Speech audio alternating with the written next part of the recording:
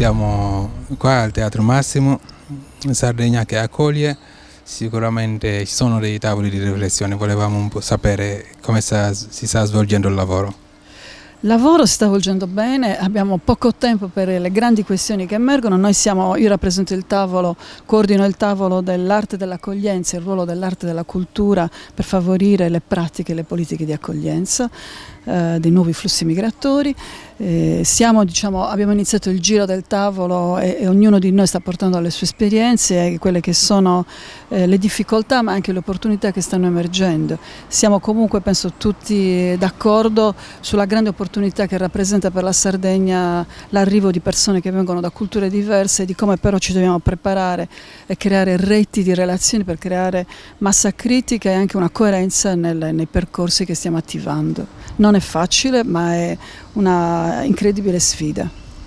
Sì, noi sappiamo che l'associazione Carovana sta facendo un lavoro bellissimo sul punto di vista delle espressioni artistiche e questo secondo me è un'opportunità, come la vede con i ragazzi che stanno arrivando, un'opportunità lavorativa o almeno l'espressione corporea è una cosa importante per loro.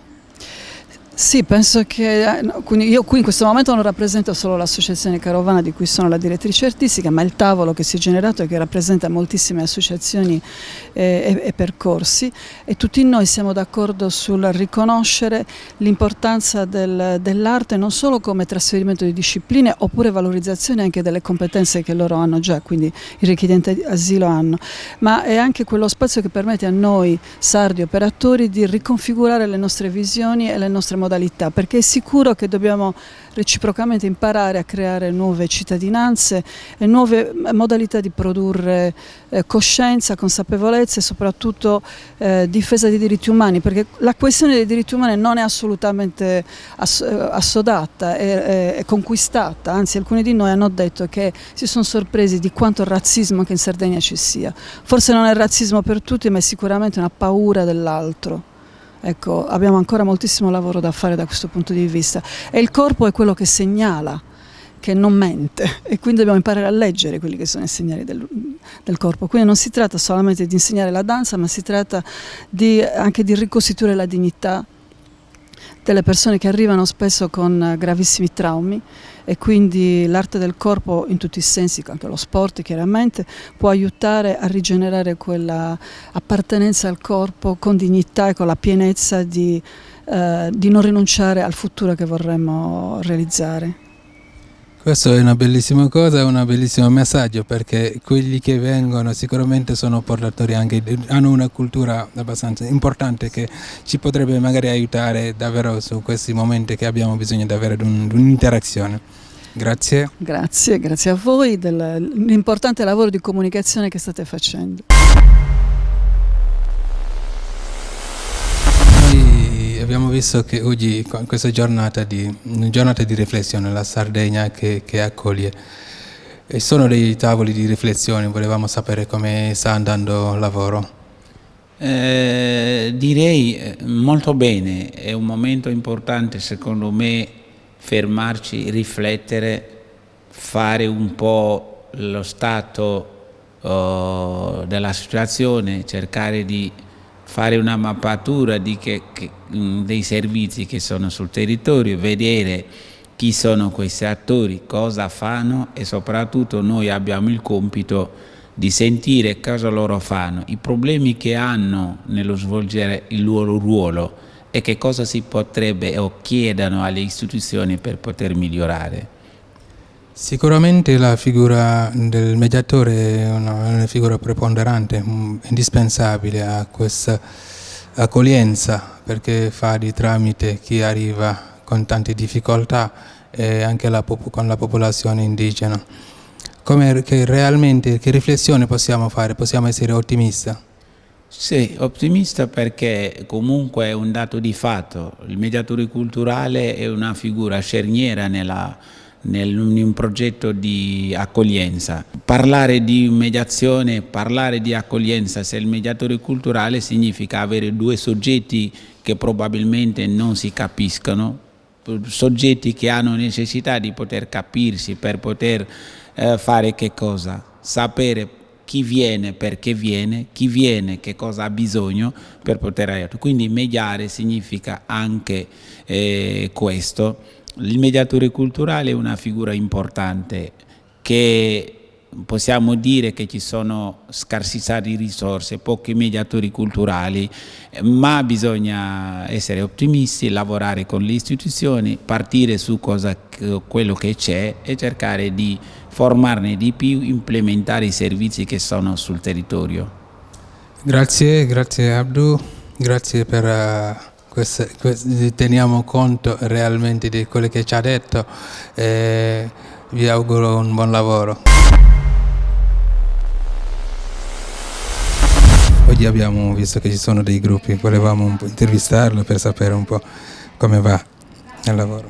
Sì, allora io sono Elisabetta Lasio, faccio parte della cooperativa La Carovana e di un gruppo di cooperative e associazioni che hanno costituito un coordinamento che si chiama Comunità di Intenti e che si occupa in particolare del tema dei minori stranieri non accompagnati. Quindi oggi nel mio tavolo parliamo di minori stranieri non accompagnati, ma anche di minori stranieri di seconda generazione, quindi ragazzi che arrivano qua a seguito, diciamo, dei genitori che quindi hanno poi un percorso nelle scuole, crescono in Italia e quindi appunto ci stiamo confrontando su questi temi. Per la verità diciamo che il tema dei minori stranieri non accompagnati è prevalente perché in questo momento in quest'ambito diciamo ci sono tante complessità da gestire perché sono tanti i minori stranieri non accompagnati che arrivano e diciamo che il sistema di accoglienza si sta un po' attrezzando, no? Per trovare le risposte. Ci sono tanti enti che sono coinvolti nel percorso di accoglienza dei minori stranieri non accompagnati e quindi a volte è complicato cercare di riunire i diversi percorsi che ogni istituzione ha per questi ragazzi. Quindi oggi ci stiamo confrontando, in questo tavolo ci sono diversi soggetti, quindi ci sono le comunità di accoglienza, c'è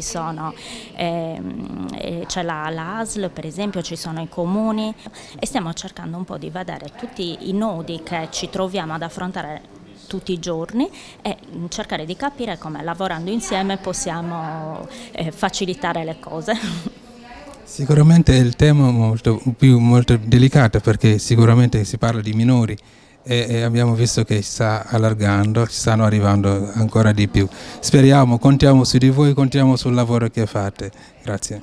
Speriamo, ci contiamo anche noi perché questi ragazzi hanno affrontato già tante difficoltà, no? Prima di arrivare qui e questa è una delle fatiche più grandi. Loro quando arrivano qui pensano di essere arrivati e invece devono iniziare una strada che per quanto sicuramente dal punto di vista materiale sia meno dura di quella che hanno affrontato soprattutto nel passaggio in Libia, però è molto lunga e molto complessa prima di avere un documento, prima di dover di poter iniziare un percorso di studi eccetera e quindi questo è un elemento di difficoltà perché loro arrivano con l'idea finalmente sono arrivato e tante energie che hanno usato per arrivare qui non ce le hanno più quando arrivano e quindi fanno fatica a capire tutti i meccanismi e le complessità del nostro sistema burocratico, però diciamo che stiamo migliorando nel confronto, sicuramente c'è molto da fare ma c'è anche molta disponibilità a farlo, questo è importante.